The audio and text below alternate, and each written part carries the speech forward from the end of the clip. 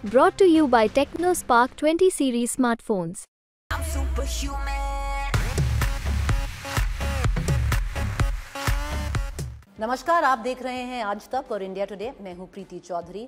चुनाव के आखिरी 2 चरण बचे हैं और ये दोनों ही फेजेस आम आदमी पार्टी के लिए बहुत महत्वपूर्ण है। आम आदमी पार्टी खुद एक बहुत कठिन मुश्किल समय से गुजर रही है। पार्टी के मुखिया 50 दिन जेल में रहे, बस थोड़ी सी मोहलत लेके बाहर निकले हैं कैंपेन के लिए। जैसे ही पंजाब का वोट होगा 1 जून को अरविंद केजरीवाल वापस जेल जाएंगे। जुड़ रहे हैं हमारे साथ चुनाव पर आगे की प्रतिक्रिया और ये जो कठिन समय आम आदमी पार्टी गुजर रही है, जिस कठिन समय पे, उसी पे बात करने के लिए बहुत शुक्रिया। स्वागत है आपका आज तक और इंडिया टुडे पे अरविंद जी। अरविंद जी, मैं पार्टी कार्यालय में थी जिस दिन आप निकले और आपने एक स्पीच दी और उस स्पीच में आपने कहा मेरे पास बहुत वक्त था सोचने के लिए, स्ट्रैटेजाइज करने के लिए कि मैं निकल के क्या करूँगा। आपको लग रहा है जो भी आपने वो 50 दिन स्ट्रैटेजाइज किया वैसे ही चुनाव उतर रहा है? हम अपनी बात रख रहे हैं लोगों के बीच में। जनतंत्र है, लोग तय करेंगे कि हमारी बातें उनको कितनी एक्सेप्टेबल है, बीजेपी की बातें कितनी एक्सेप्टेबल है। तो जो जनता को समझा पाएगा उसको जनता वोट देगी। अरविंद जी, वो 50 दिन जब आप जेल में थे वो कैसे बीते? क्योंकि बाहर तो बहुत सारी बातें चल रही थी। आपने जैसे ही निकलते कहा कि आपको ह्यूमिलिएट करने की कोशिश की, नीचा दिखाने की कोशिश की।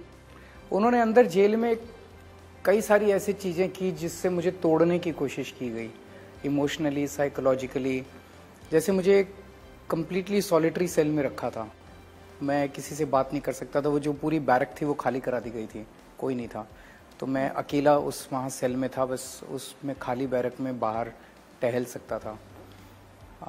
मेरे सेल में 2 सीसीटीवी कैमरे थे और वो सीसीटीवी कैमरों की फीड 13 ऑफिसर्स के पास जाती थी और वो 24 घंटे मेरे को मॉनिटर करे। और पीएमओ में जाती थी एक, उनमें से किसी ने बताया। और वो 24 घंटे मेरे को मॉनिटर करते थे, मैं कब उठता हूँ, कब खाता हूँ, क्या खाता हूँ, कैसे क्या करता हूँ, कितने बजे कितना टॉयलेट में जाता हूँ, क्या। आप ये सोच के देखो, अगर 24 घंटे आपको कोई मॉनिटर कर रहा है, आपकी ज़िंदगी जीना मुश्किल हो जाता है। मेरे को 15 दिन तक इंसुलिन नहीं दिया गया। मेरी शुगर 300 साढ़े 300 पहुँच गई। फिर जब मीडिया वालों ने शोर किया तब उन्होंने इंसुलिन शुरू किया। इतना दिन इंसुलिन, अगर शुगर ज़्यादा रह जाए तो किडनी और लीवर पे अफेक्ट करना चालू कर देती है। भगवंत मान जब आए, उनसे जेल मैनुअल के अंदर है कि फेस टू फेस मुलाकात की करवाई जा सकती है कमरे के अंदर बैठ के। और अभी तक जितने तिहाड़ जेल में पॉलिटिकल प्रिजनर्स गए सबको इस तरह से फेस टू फेस मुलाकात मेरे को नहीं करवाई गई। मेरी वाइफ आती थी तो सलाखों के इस तरफ वो और इस तरफ मैं, भगवंत मान सलाखों के इस तरफ वो और इस तरफ मैं। एक दिन मेरी वाइफ मिलना चाहती थी, उन्हें मिलने से मना कर दिया गया। तो इस तरह की कई सारी घटनाएं थी। लेकिन अंदर मैंने बहुत मेडिटेशन की, 2 बार गीता पढ़ी पूरी की पूरी, रामायण पढ़ी, कई किताबें पढ़ी। सो ये लोग मुझे तोड़ नहीं पाए। इनका मकसद था कि किसी भी तरह से, मेरे से जो सिक्योरिटी गार्ड थे वो बताते थे कि उनको बुला बुला के पूछा जाता था, सीएम साहब डिप्रेशन में तो नहीं थे, सीएम साहब रो तो नहीं रहे थे। सो उनका मकसद था तोड़ने का। आप कह रहे हैं कि 2 सीसीटीवी लगे हुए थे आपके जेल सेल में। आपका जो टॉयलेट बाथरूम जेल सेल में ही था? हाँ जी। तो वो सीसीटीवी के वो दायरे उनका में था? एंगल इस तरह से था कि वो पोर्शन अवॉइड। टीवी था? सब कुछ, हाँ, टीवी तो हर सेल आप में। देखते थे? आपको पता था कि बाहर क्या हो रहा है? हाँ जी। कैसे देखते थे और क्या सोचते थे? नहीं, बस क्या, जो घटनाएं घट रही थी वो देख रहे थे टीवी के ऊपर। मुझे बताइए, आप कह रहे हैं कि इंसुलिन आपका रोक दिया गया।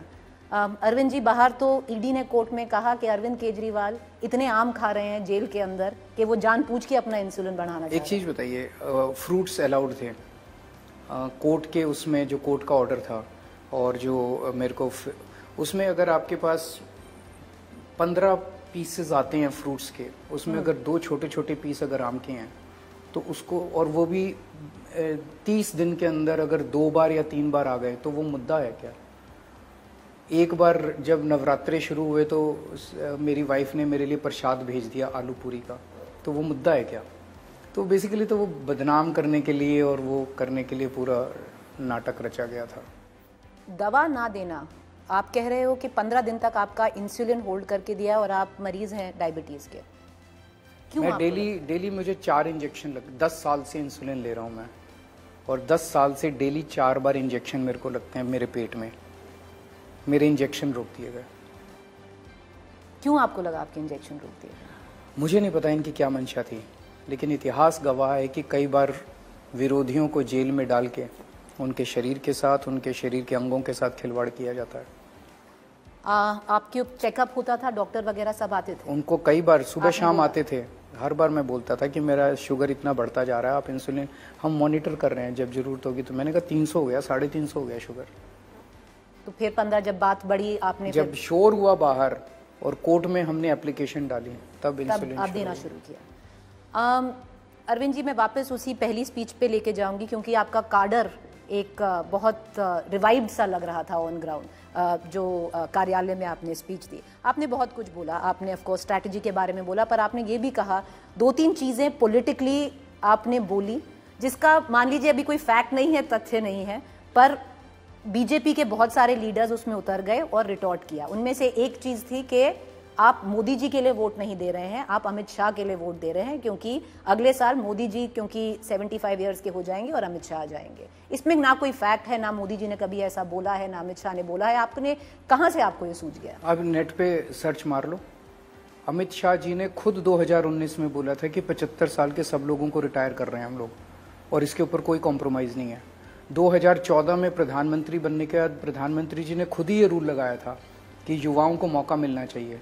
75 साल के बाद बीजेपी के संगठन में भी और सरकार में भी किसी को कोई पद नहीं दिया जाएगा।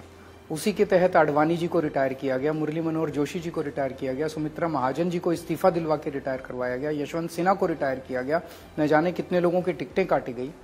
तो जाहिर तौर पे जो रूल उन्होंने बनाया वो खुद पे तो लागू करेंगे ही करेंगे। पर किसने बोला अमित शाह है? सबको मालूम है कि अमित शाह, तो प्रधानमंत्री जी ने अंदर इनके इस टाइम काफ़ी अगली सक्सेशन वॉर चल रहा है।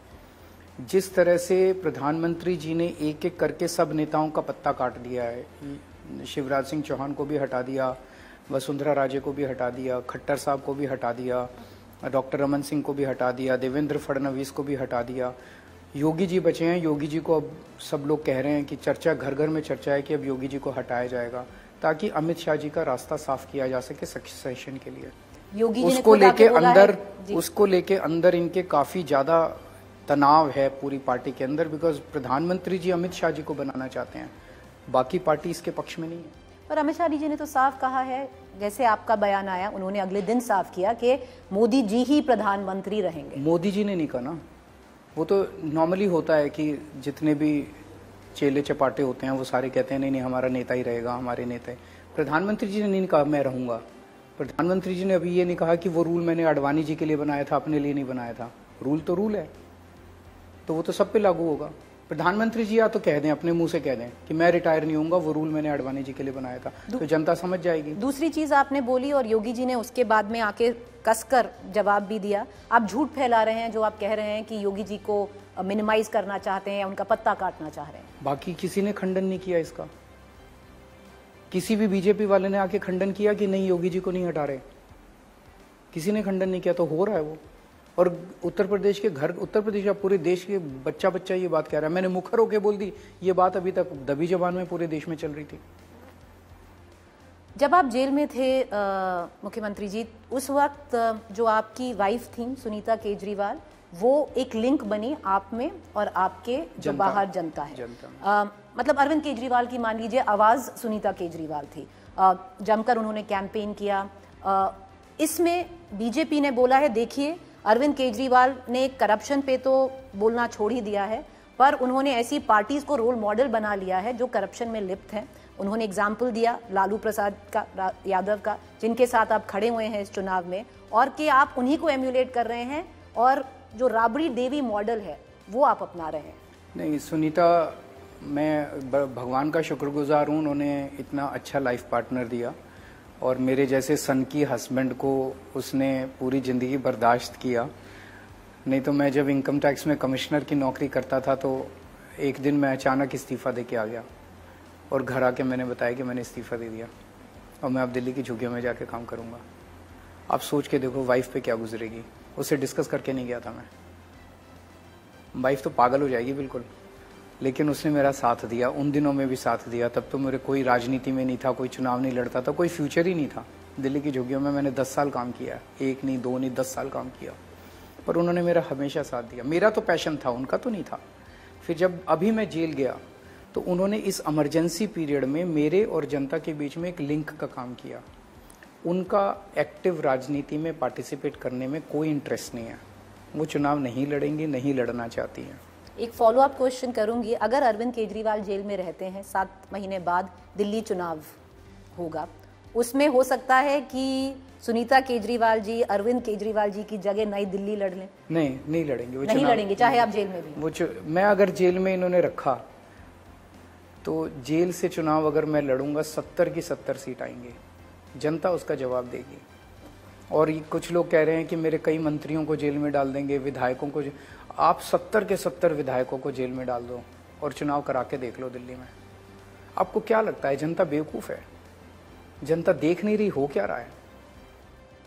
आपने एक चीज हमेशा बोली है कि आप सत्ता जेल से चलाएंगे, डेमोक्रेसी जेल से रन करेंगे, पर ये बीजेपी भी कह रही है और सोचने में भी है, जैसे मनीष सिसोदिया जेल गए, डेप्यूटी सीएम थे, उनको इस्तीफा देना पड़ा और उन्होंने छोड़ दिया पद। बाकी लीडर्स ने भी ऐसा किया। ऐसा क्यों है कि अरविंद केजरीवाल अपना पद नहीं छोड़ना चाह रहे, बाकियों को करवा कर? यही तो वो चाहते हैं, यही तो मोदी जी चाहते हैं। मोदी जी जानते हैं कि दिल्ली में केजरीवाल को मैं नहीं हरा सकता चुनाव में, तो उन्होंने ये षड्यंत्र रचा है। केजरीवाल को गिरफ्तार कर लो, वो इस्तीफा दे देगा, सरकार गिर जाएगी, हम चुनाव कराएंगे और बीजेपी जीत जाएगी। अगर मैंने इस्तीफा दे दिया तो अगला टारगेट ममता जी होंगे, ममता जी को भी गिरफ्तार कर लेंगे, उनकी सरकार गिरा देंगे। विजयन साहब को गिरफ्तार कर लेंगे, केरला में उनकी सरकार गिरा देंगे। स्टालिन साहब को गिरफ्तार। अगर मैंने आज इस्तीफा दे दिया, देश के जनतंत्र को खतरा होगा। मैं पद का लालची नहीं हूँ, इनकम टैक्स कमिश्नर की नौकरी छोड़ के मैं झुग्गियों में जाके काम किया था, 49 दिन के अंदर खुद ब खुद सीएम की पद से इस्तीफा दिया था। लेकिन आज मैं, ये मेरे संघर्ष का हिस्सा है जो मैं सीएम की कुर्सी नहीं छोड़ रहा, तो इसीलिए मैं कुर्सी नहीं छोड़ूंगा।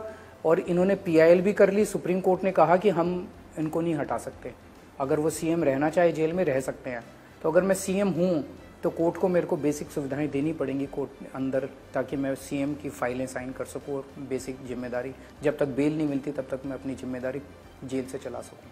तो मैं ये इसलिए कर रहा हूँ, इसलिए इस्तीफा नहीं दे रहा, ताकि अगली बार मोदी जी जहाँ जहाँ चुनाव हारेंगे वहाँ वहाँ ऑपोजिशन के लीडर को या सीएम को गिरफ्तार कर लेंगे। अगली बार अगर मैंने इस्तीफा नहीं दिया और जेल से सरकार चला ली, फिर मोदी जी की हिम्मत नहीं होगी किसी दूसरे सीएम को हाथ लगाने की। तो फिर मनीष सिसोदिया का क्यों इस्तीफा करवा दिया? मनीष सिसोदिया जी खुद कह के गए थे, उनसे पूछा था, उन्होंने कहा कि मैं जैसे ही जाऊंगा मैं इस्तीफा देना चाहता हूँ।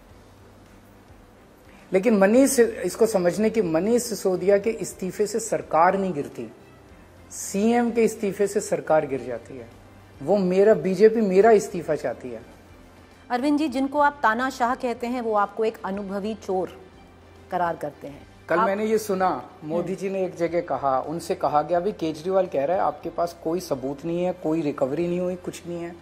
तो मोदी जी ने कहा कि वो अनुभवी चोर है इसलिए हमारे पास सबूत नहीं है। तो प्रधानमंत्री जी मानते हैं कि उनके पास इस पूरे मामले में कोई सबूत नहीं है, कोई रिकवरी नहीं है, कोई पैसा नहीं है, कुछ नहीं है, तो जबरदस्ती जेल में डाल रखा है। वो तो कल पूरे देश के सामने प्रधानमंत्री जी ने कबूल किया कि शराब घोटाला फर्जी है, उनके पास कोई सबूत नहीं है। जब वो सबूत 2 साल से इन्वेस्टिगेशन कर रहे हैं और पता नहीं कितने ऑफिसर्स लगे हुए इनके, सीबीआई के, ईडी के, इनकम टैक्स के, सारे अफसर मिलके अगर सबूत इकट्ठे नहीं कर पाए तो कह दिया केजरीवाल अनुभवी चोर है। तो वो खुद उन्होंने पूरे देश के सामने माना। अरविंद जी, वो तो चलिए इन्वेस्टिगेशन हो रही है, उसका जैसे निकलता है देखेंगे। नहीं, एक मिनट, ये कहते हैं 100 करोड़ का घोटाला हुआ, और अभी 10 दिन पहले कोर्ट में इन्होंने कहा कि 100 करोड़ नहीं 1100 करोड़ का घोटाला हुआ। अचानक 1100 करोड़ हो गया, मतलब कुछ भी आके बोल रहे हैं। वो 100 करोड़ कहाँ गया, 1100 करोड़ कहाँ गया? हमने कहीं खर्चा किया होगा, किसी कमरे में छुपा के रखा होगा कैश, कोई ज्वेलरी खरीदी होगी, प्रॉपर्टी खरीदी होगी, किसी बैंक में पड़ा होगा। तो है, कहाँ है? नहीं है। कोर्ट बार बार पूछ रहा है उनसे। एक कोर्ट का ऑर्डर में दिखा दूंगा जिसमें उन्होंने कहा है कि आपके पास कोई पैसे की रिकवरी नहीं हुई है। बिना मनी ट्रेल एस्टैब्लिश हुई है, वो कोर्ट ने भी बोला। कहीं नहीं है मनी ट्रेल, कहीं नहीं है। वो तो सुप्रीम कोर्ट ने बोला है। सुप्रीम कोर्ट नहीं, सुप्रीम कोर्ट ने नहीं बोला, मैं दिखाऊंगा आपको। सुप्रीम कोर्ट ने बोला है they have alleged that 100 crore rupees has gone to Aam Aadmi Party However, this is not established. नहीं, जब बेल हो रही थी मनीष मनीष सिसोदिया सिसोदिया की, की उन्होंने बेल- बोला था tentative money trail has been established. नहीं बोला था, आपको गलत फहमी है, आपको गलत फहमी है। मैं दिखाऊंगा आपको, साफ साफ लिखा हुआ है कि ₹100 crore is alleged to have gone to Aam Aadmi Party. However this is not proved. ये साफ साफ मैंने, आप मेरा वो उठाना जो मैंने अभी कोर्ट में बोला था ना, जब मेरी रिमांड हुई थी, जब मेरे को गिरफ्तार किया गया, मेरे को कोर्ट में पेश किया गया, कोर्ट में मैंने अपना पूरा मामला रखा था। उसमें मैंने सुप्रीम कोर्ट का वो पोर्शन पढ़ के सुनाया था कि सुप्रीम कोर्ट ने ही खुद हमें क्लीन चिट दी हुई है, तो मामला है वो 100 करोड़ है कहाँ। एक मिनट, हाँ जी, तो 100 करोड़ में से 54 इनको नहीं मिली, तो पूरा मामला क्या। और कल प्रधानमंत्री जी ने पूरे देश के सामने मान लिया कि मेरे पास ना सबूत है ना रिकवरी है, और 2 साल से, क्योंकि मैं अनुभवी चोर हूं। मतलब ये क्या है, जबरदस्ती का सबको जेल में डाल रखा है। चलिए, वो सुप्रीम कोर्ट के तो बहुत ऑर्डर हैं, मतलब आप आर्ग्यू कर सकते हैं, मैं उस पर कुछ और बोल सकती हूँ, पर उसमें आगे बढ़ते हैं। सवाल ये है अरविंद केजरीवाल जी, जिनको आप तानाशाह कह रहे हैं, क्यों तानाशाह बोलते हैं? क्योंकि देखिए, आप भी तो बाहर ही आए हैं ना, बेल बाकायदा आपको कोर्ट ने दी है, मैं आपको इंटरव्यू कर रही हूँ, आप आकर इस प्लेटफॉर्म में तानाशाह बोल पा रहे हैं, तो कैसी तानाशाह? मुझे खुशी है आपने ये बात कही। कल मैंने कुछ टीवी चैनल्स को इंटरव्यू दिए जी, उन इंटरव्यूज को ब्रॉडकास्ट नहीं करने दिया गया। पीएमओ से फोन चला गया, केजरीवाल के इंटरव्यू नहीं चलाओगे। ये तानाशाही नहीं तो और क्या है? देखिए, हम तो कल नहीं, आपने हिम्मत दिखाई, मैं आपको दाद देता हूँ, मैं आपको बधाई देता हूँ, सलाम करता हूँ आपको। लेकिन मैं आपको सच बता रहा हूँ कि कल मैंने टीवी चैनल्स को इंटरव्यू दिए, वो टीवी चैनल्स के इंटरव्यू चलने नहीं दिए गए। अब मैं ओवरऑल, आपने कहा तानाशाही कैसे है। रशिया के अंदर पुतिन साहब ने सारे विपक्ष के लोगों को या तो जेल में डाल दिया या मरवा दिया, और फिर चुनाव कराए, और 87% वोट मिल गए।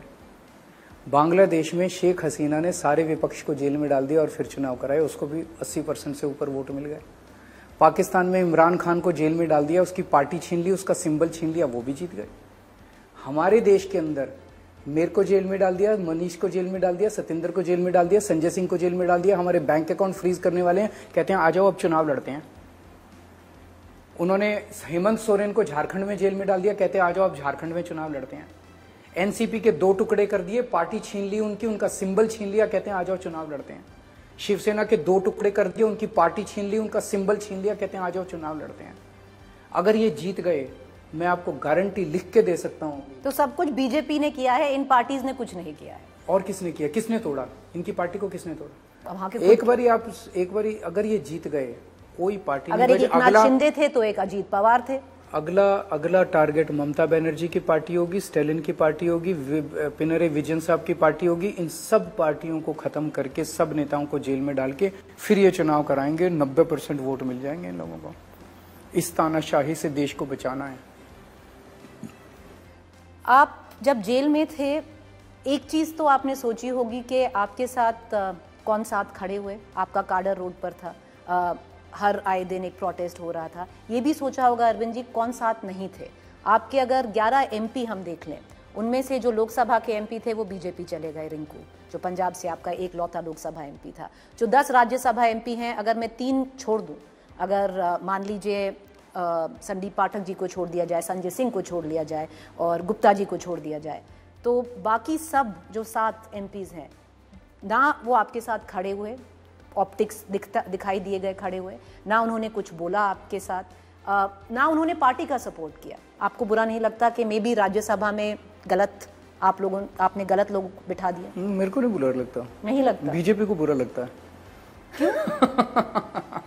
बीजेपी कह रही है केजरीवाल के 7 एमपीज ने केजरीवाल के पक्ष में नहीं बोला, इसलिए हमें वोट दो।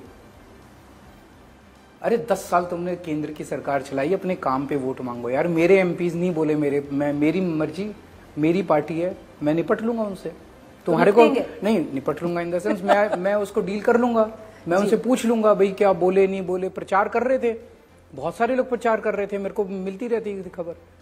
अब बीजेपी ने यह मुद्दा उठाया कि केजरीवाल, आपने 7 का नाम लिया, वो 3 की बात करते हैं कि 3 एमपी केजरीवाल के नहीं बोले, इसलिए हमें वोट दो। 7 है। मैं उनको कहना चाहता हूं बीजेपी को, यार अपने काम पे वोट मांगो। वो किस चीज पे वोट मांग रहे हैं? प्रधानमंत्री जी कहते हैं इंडिया गठबंधन को वोट दे दिया तो ये तुम्हारी टूटी चोरी करके ले जाएंगे।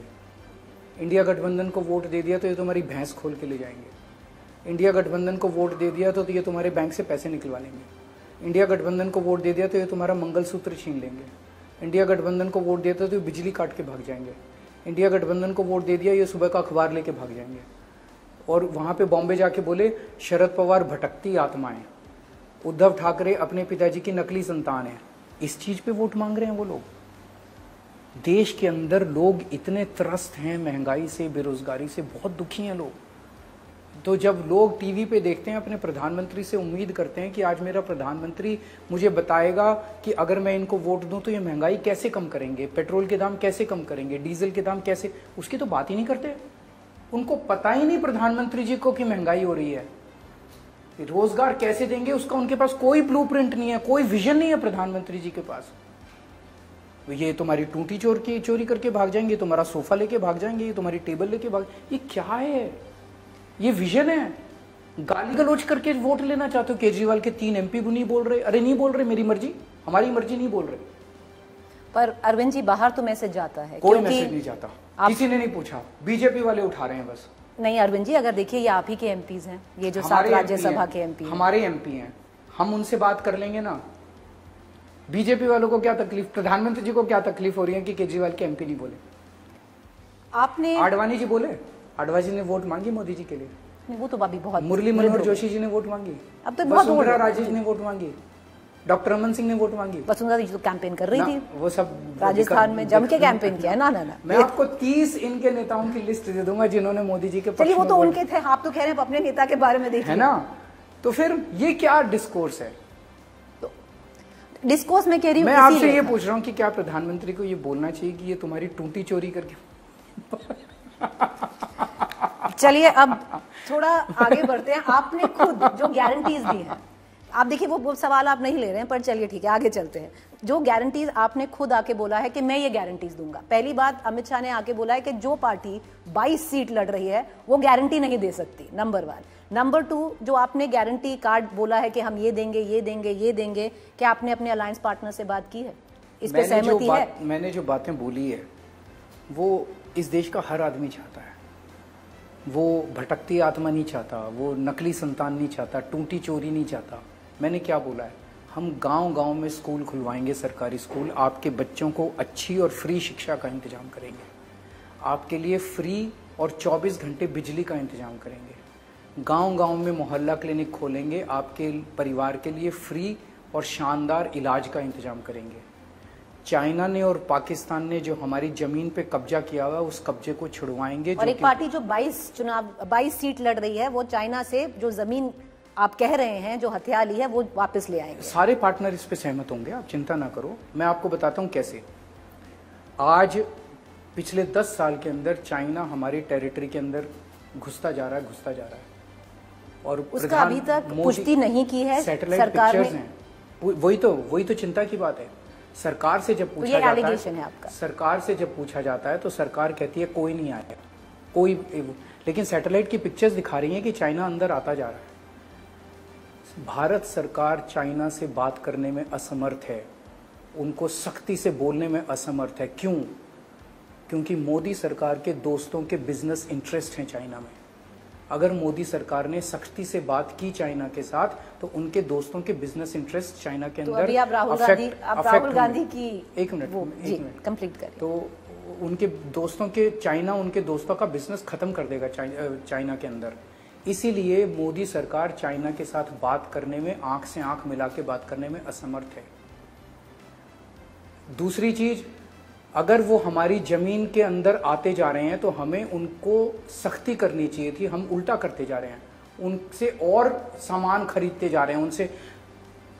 पिछले 3 साल से चाइना हमारा बिगेस्ट ट्रेडिंग पार्टनर हो गया है। पहले यूएस से होता था, सबसे ज्यादा ट्रेडिंग हमारी चाइना के साथ हो गई है पिछले 3 साल से। क्यों?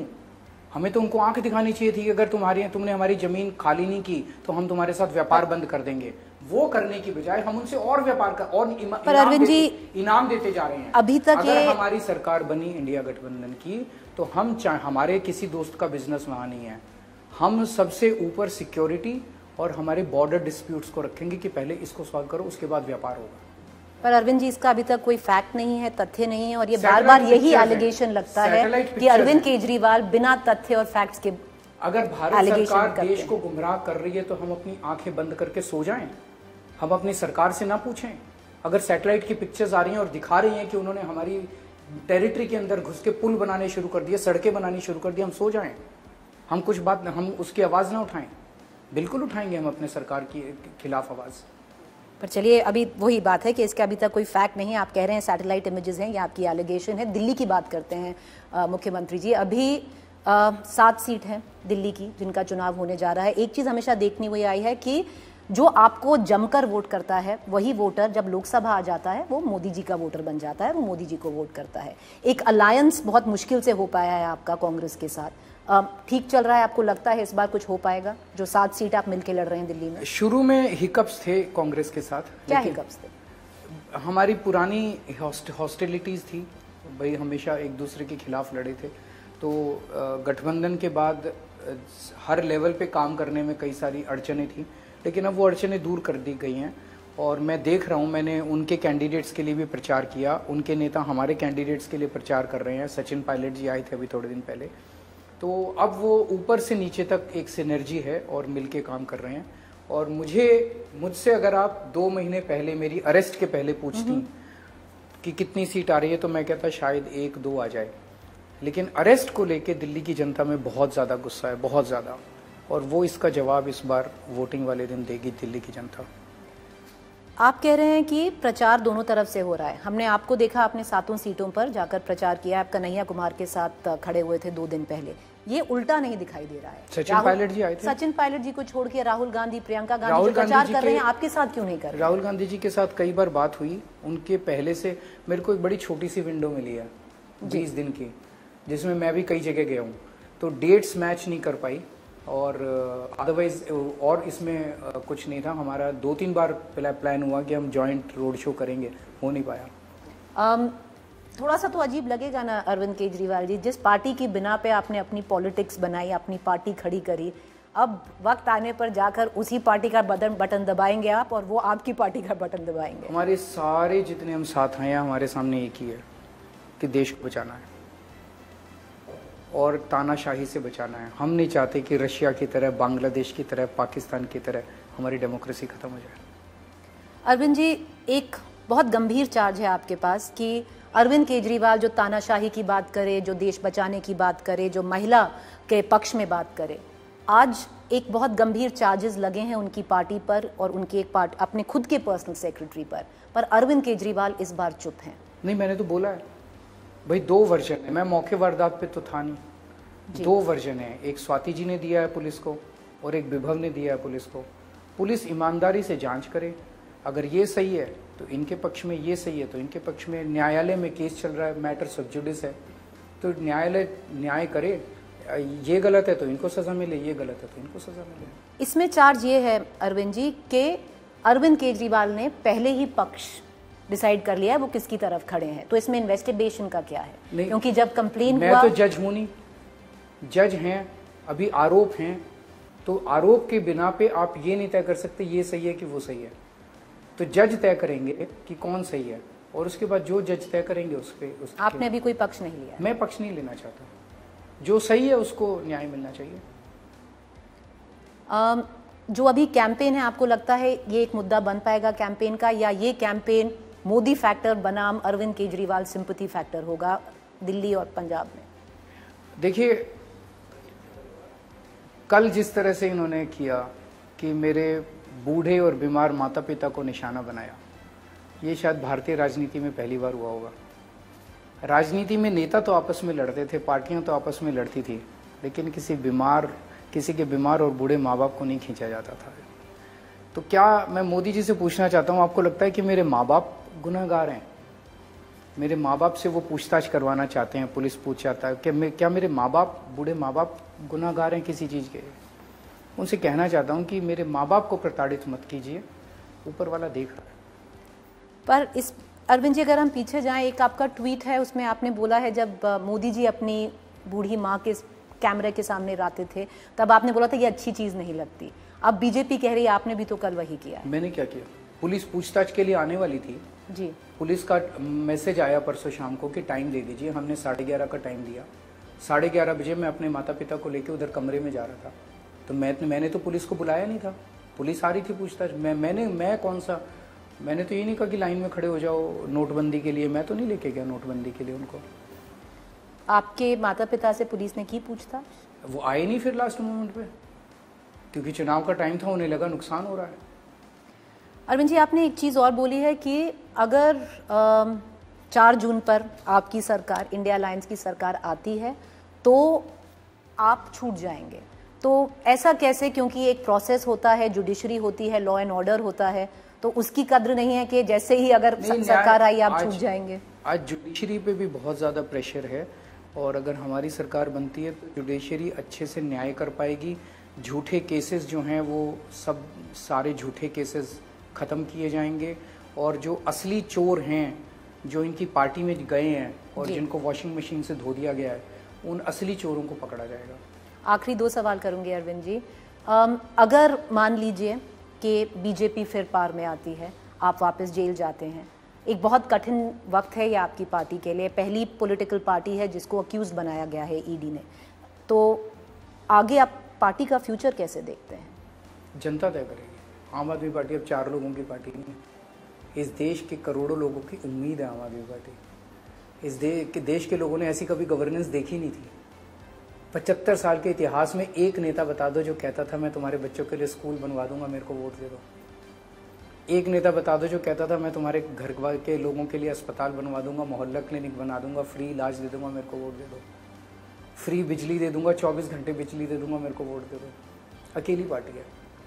केजरीवाल इंपॉर्टेंट नहीं है, मैं रहूं ना रहूं, पर लड़ेंगे और छोड़ेंगे नहीं। लेकिन ये विचार जो है, ये गवर्नेंस का मॉडल जो है, ये अब सालों साल चलेगा और आप पीछे नहीं हटने वाले। मैं इंपॉर्टेंट हुई नहीं। मेरे को अगर ये फांसी पे चढ़ा देंगे, भारत 100 केजरीवाल पैदा कर देगा। आखिरी सवाल अरविंद जी, 4 जून को तो पता नहीं क्या होगा, वो तो जनता जैसे आप कह रहे हैं डिसाइड करेगी, पर बीच में भविष्यवाणी बहुत हो रही है कि इंडिया अलायंस का कितना आएगा, बीजेपी का कितना आएगा, एनडीए का कितना आएगा। अब जिन्होंने आपके साथ काम किया, प्रशांत किशोर, उन्होंने बोला 300 पार है बड़े आराम से, सातों की सातों सीट दिल्ली भाजपा लेके जाएगी। भविष्यवाणी करेंगे कुछ, और या जो चल रही है उस पर टिप्पणी देंगे? मेरा अपना असेसमेंट है कि बीजेपी 220 से कम रहेगी और इंडिया अलायंस को 300 के करीब मिल सकती है। और जो 7 सीट हैं आपकी दिल्ली में, जैसे मैंने कहा कि अगर आप मुझसे 2 महीने पहले पूछते तो मैं 1 या 2 बोलता, लेकिन आज मुझे लगता है कि 7 सीटें बीजेपी हारेगी। ये जो अलायंस दिल्ली में इस बार है, क्या 7 महीने बाद कांग्रेस के साथ फिर रहेगा? अभी हम केवल 4 जून की सोच रहे हैं। चलिए, वापस 2 जून को जेल जाना होगा। अब कैसे देखते हैं? पिछले 50 दिन कठिन रहे थे? कठिन थे, लेकिन स्वतंत्रता सेनानियों ने, मैं पढ़ रहा था उनका पॉलिटिकल हिस्ट्री भी पढ़ रहा था अंदर बैठ के, जब भगत सिंह जेल गए थे उनके सामने तो कोई उम्मीद भी नहीं थी। जब जवाहरलाल नेहरू 10 साल वो जेल में रहे थे, गांधी जी कितने साल, चंद्रशेखर आज़ाद कितने साल जेल में रहे थे, मेरे सामने तो उम्मीद है कितनी देर, 1 महीना, 2 महीना, 5 महीने, 6 महीने, 10 महीने, 1 साल जेल में रख लेंगे, बाहर तो आना ही है, झूठा केस है। वो लोग जेल गए थे देश को आज़ाद कराने के लिए, हम लोग जेल जा रहे हैं देश को बचाने के लिए। चलिए देखते हैं कौन देश बचाता है और जनता किसको पिक करती है। थैंक यू अरविंद केजरीवाल जी, बहुत शुक्रिया, आपने आज तक और इंडिया टुडे से बात की, जो अंग्रेजी में कहते हैं let the best man win. Good luck. शुक्रिया सर, शुक्रिया।